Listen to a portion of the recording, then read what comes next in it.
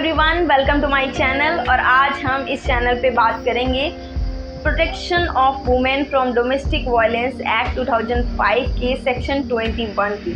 Section 21 जो बात करता है कस्टडी ऑर्डर की। अब हम इसको डिटेल में जानेंगे।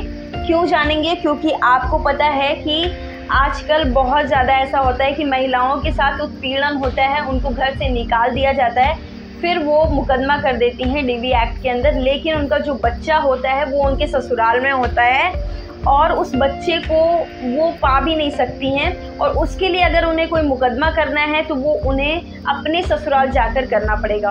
और डीवी एक्ट का जो जुरिस्डिक्शन है ये कहीं पे भी किया जा सकता है, जहाँ पर भी वो वुमेन रहती है वहाँ पे।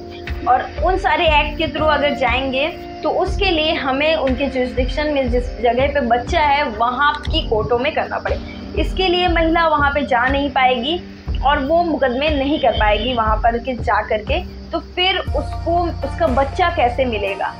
इसके लिए हमारा जो डोमेस्टिक वायलेंस एक्ट है इसमें सेक्शन 21 दिया हुआ है, क्योंकि महिलाओं के साथ साथ बच्चे का भी उत्पीड़न होता है। आप सोचिए, कोई बच्चा है जो 2 साल का 3 साल का है, वो अपनी मदर से दूर रह रहा है, उसको कैसे ट्रीटमेंट दिया जाएगा? उसको अपनी मम्मा की ज़रूरत है बट उसके पास मम्मा नहीं है। तो इन सारी चीज़ों को ध्यान में दे करके डोमेस्टिक वायलेंस एक्ट में एक सेक्शन 21 ऐड किया गया है, जिसमें वो कस्टडी ऑफ चाइल्ड की बात करते हैं। तो पुलिस कस्टडी ऑर्डर की बात करते हैं। अब आप कहेंगे क्या ये परमानेंट कस्टडी है या फिर हमें मीन्स क्या है? ये पूरा बहुत ज़्यादा मिस्ट्री हो गया। डोमेस्टिक वायलेंस एक्ट और कस्टडी ये कैसे?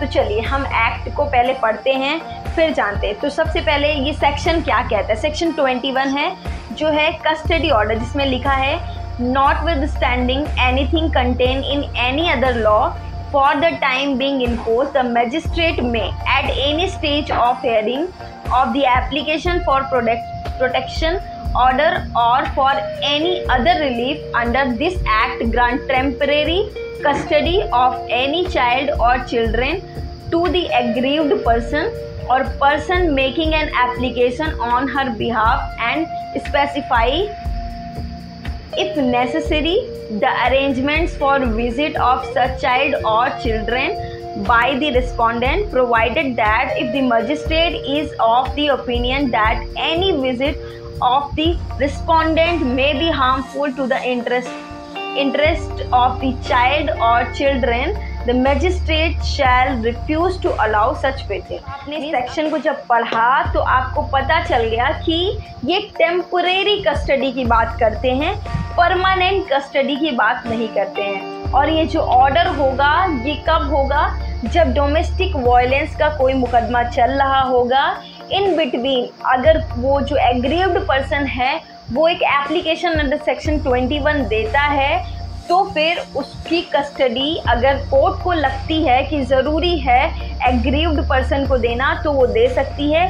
और उसके लिए मजिस्ट्रेट के पास ये पावर भी है कि अगर मजिस्ट्रेट को लगता है कि ये जो उसका रिस्पोंडेंट है, मीन्स जो लोग लड़की को परेशान कर रहे हैं, जो लोग उस वुमेन को एग्रीव्ड पर्सन को परेशान कर रहे हैं, उन लोगों का मिलना उस बच्चे के लिए सही नहीं होगा, तो वो रिस्पोंडेंट को बच्चे से मिलने के लिए मना भी कर सकते हैं। तो याद रखिएगा, ये ऑर्डर जो भी होगा ये टेम्परेरी होगा। टेम्परेरी का मतलब है जब तक डीवी एक्ट के अंदर मुकदमा चल रहा है तब तक ही ऑर्डर होगा। जैसे ही मुकदमा ख़त्म होता है ये ऑर्डर भी ख़त्म हो जाएगा और बच्चा जिसके पास रहना चाहिए वहाँ चला जाएगा।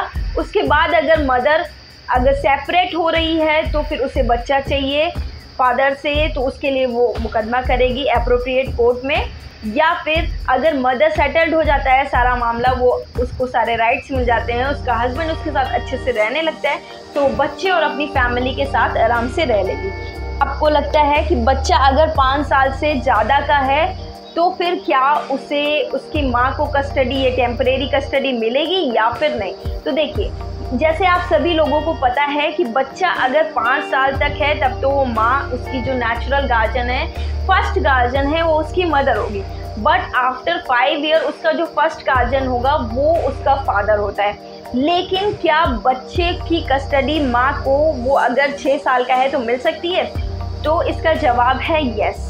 क्यों मिल सकती है उसको मैं एक केस लॉ के थ्रू आपको बताती हूँ। तो चलिए केस लॉ नोट डाउन कर लीजिए। एक केस लॉ है गौरव नागपाल वर्सेस सुमेधा नागपाल। ये 2009 का केस लॉ है, ALR में साइटेड है, पेज नंबर है 474 और उसका जो वॉल्यूम है वो 74 है। इसमें क्या दिया है, जो फाइंडिंग है कोर्ट की वो क्या है, while considering the question of custody of minor child the Paramount consideration is the welfare of the child and not rights of the parents under a statute for the time being enforced. Means इसमें देखा क्या जाएगा, welfare of child देखा जाएगा। बच्चा mother के साथ ज़्यादा अच्छे से रह सकता है या फिर फादर के साथ ज़्यादा अच्छे से रह सकता है, ये देखा जाएगा while deciding the application of custody. Means ऐसा नहीं है कि अब मदर क्लेम कर दे कि मुझे मेरा बच्चा चाहिए और उसे उसका बच्चा मिल जाएगा, नहीं, कोर्ट ये पूरा मीन्स जो सिचुएशन है उसको रिकलेक्ट करेगी और उसको देखेगी कि बच्चा किसके पास ज़्यादा अच्छे से रहेगा, फादर के पास या फिर मदर के पास। फादर मदर की लड़ाई अलग अलग है, लेकिन उस बच्चे का वेलफेयर जो है वो अलग है। इसमें ये भी देखिए लिखा हुआ है कि ये किसी पेरेंट का राइट नहीं है कि उसका बच्चा उसको मिले, ठीक है, ये बच्चे की वेलफेयर की बात है कि उसका बच्चा किस पेरेंट को दिया जाए, मदर को या फिर फादर को।